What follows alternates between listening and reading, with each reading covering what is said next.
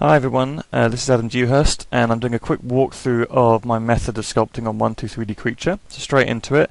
What I'm going to do is bring up one of the sculpts I've already made and create a new mesh from that skeleton, which you can see on screen. So I'm going to bake this selection straight away and I'm going to create something new.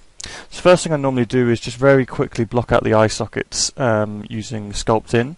Sometimes I block out the nose cavity as well, but I think I didn't bother this time.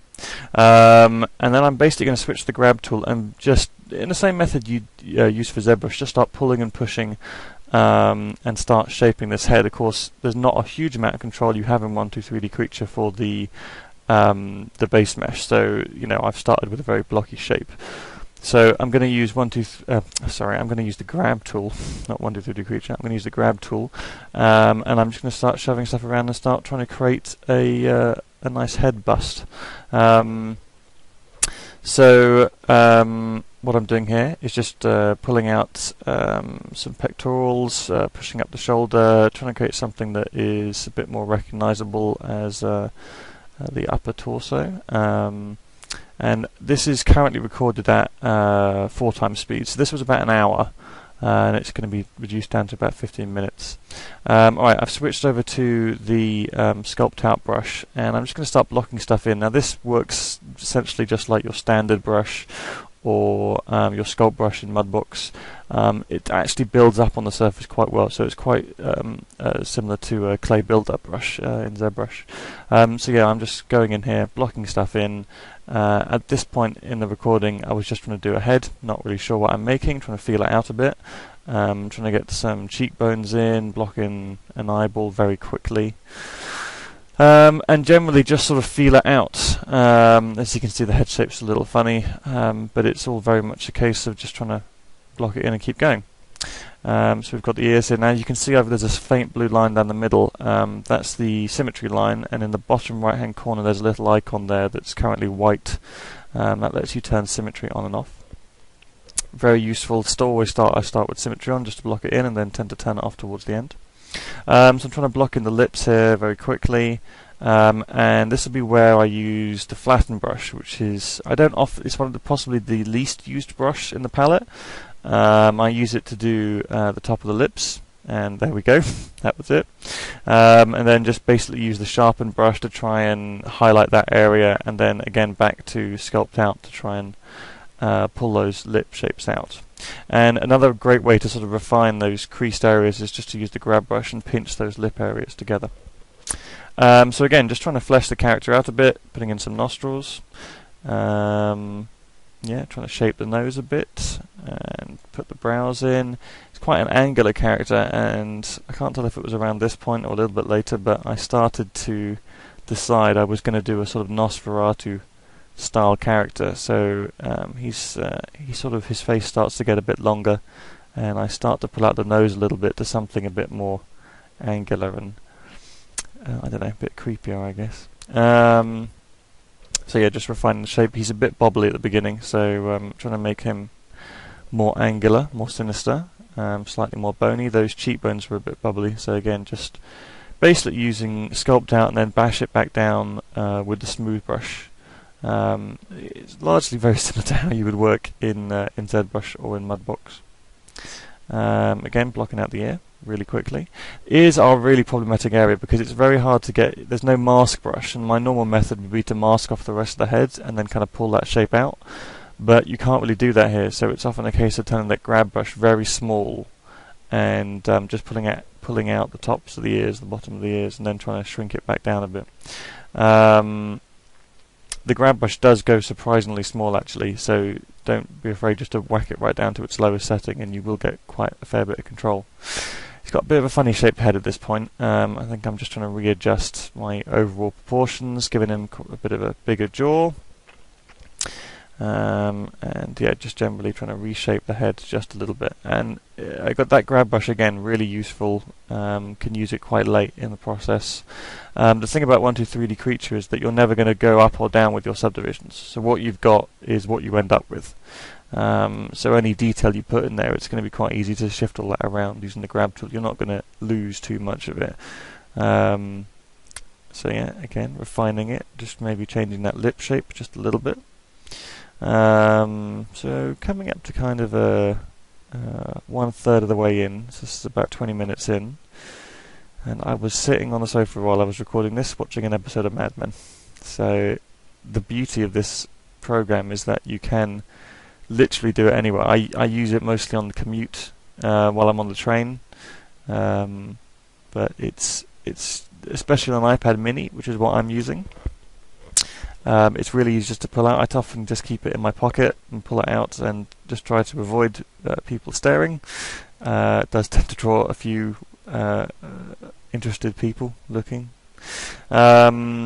The other thing I should note is that to do this I'm using the Sensu brush. You'll notice from the review that I've done for 3D Worlds that I tried 4 different brushes. The Sensu is the one for me that was the most sort of organic and most enjoyable.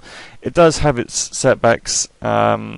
Occasionally you want to do something very, very subtle and it's a bit tricky with the brush bristles, which is what they use on the Sensu stylus. I have actually kept the Wacom Bamboo stylus handy as well, because it is quite a nice little one for just small finite control. So again, just reshaping the head. As you can see, I've gone into shape the nose a bit more, make it a bit more angular. I kind of want to make a feature of his cheekbones and of the shape of his top of his head. So now I'm going to start coming in and trying to do the eyes. Now the eyes are always tricky here because, as I say, you have a certain poly count limit on 123D Creature, and normally an area like an eye you might come in and drop an eye, a sphere shape in there, but in this case I'm just going to have to come in and try and force it in, and I don't have a lot of resolution, so I pushed in a little bit in the middle, and I'm going to use the sharpen brush quite a lot here to just try and sharpen up and highlight those edges. I'm also using grab at a very, very low setting. You can see I've got that set here, and I'm just trying to push that eyelid down a little bit, like basically force it into a shape. I don't really have an eyeball underneath there. In fact, you can see I just very briefly use the sculpt out to try and push that out, but it's basically a case of fleshing out areas and then sharpening them off to highlight an edge. Even now it's not quite the right shape, but it's enough for me to continue. So I'm giving him a couple of folds, a couple of sort of wrinkle lines over the cheekbones. I did those for the White Walker character that you may have seen in the magazine. I don't know, I quite like them. It gives him a sort of bony, slightly, not evil, I don't know, otherworldly look a little bit, I guess. So just trying to refine the chin. Again, you can see his face has got a lot longer. Now, there's a slight problem here in that the symmetry tool does mean that you tend to sort of get that little bum chin look, and in fact in this place I've gone out too much. So it's often the case for areas like the nose and the chin, you might want to just turn symmetry off and do those asymmetrical. Just trying to refine the skull shape a little bit, push that in, maybe use smooth. Yeah, just try and shape that a little bit. I wasn't massively bothered about the back because I knew any renders I was going to do of this were going to be from the front.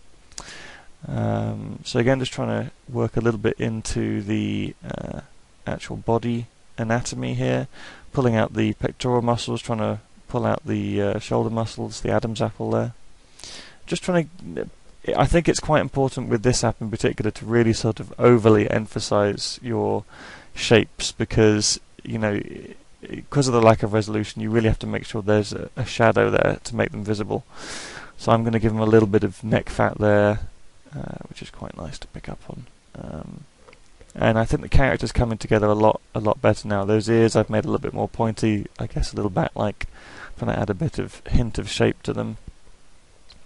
Little indent. And again, this is what you have to do using the grab tool. Just pull and push at its lowest settings to get a nice bit of shape control. So yep, stopping, having a quick review. Just beginning to get there. I think at this point it's nice to add maybe a little bit of detail. I'm hoping that's what I'm going to go into next. Normally with my recordings I like to record as I'm doing it, but as I say, this was an hour and I wanted to sort of see what an hour produced and then give you guys a kind of overview, so you could just quickly watch this and get an idea of what's achievable. So again, just doing some very quick chest sort of bone stuff there. Pull out the pectorals. I think I do a little bit of work on his nipples, possibly. I know what this is going to be. The other use of the flatten tool is that I tend to try and flatten off my bases a bit. Now, the flatten tool in 123D Creature is a little bit like wax in Mudbox. It's kind of messy and muddy, and it doesn't really flatten so much as it sort of just squashes. So I use it on the bottom just to clean stuff up, and then run a smooth just to try and smooth off that base. I think I did nipples slightly strong there, so I've just softened them down. Trying to work in the brow a bit. That's probably one too many folds, but you can always soften it back down. So just work some stuff up. My workflow tends to be to put the marks in really hard and overly expressive, and then just come in and use the sharpen tool to get a nice crease in there. So I'm just trying to shape the eye socket a bit more there. Pinch in the eyes, fix that area I left earlier. And I think I'm just going to shape the lower lid just a bit. It is tricky to come back and do that sort of thing after you've got a certain distance, because you can see how little resolution I have to work with there. So looking at it from the side, trying to get the silhouette, adding some fat to the cheeks, maybe refine the nose a little, and again I'm just using a bit of shaping on the lips and more pinching using the sharpen tool.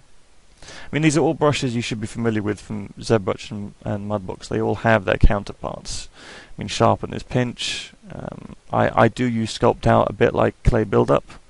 Grab is the same as move. Flatten is flatten. They're all fairly standard. It's actually quite nice working with a limited palette, I find. I do use all of them, but probably flatten the least.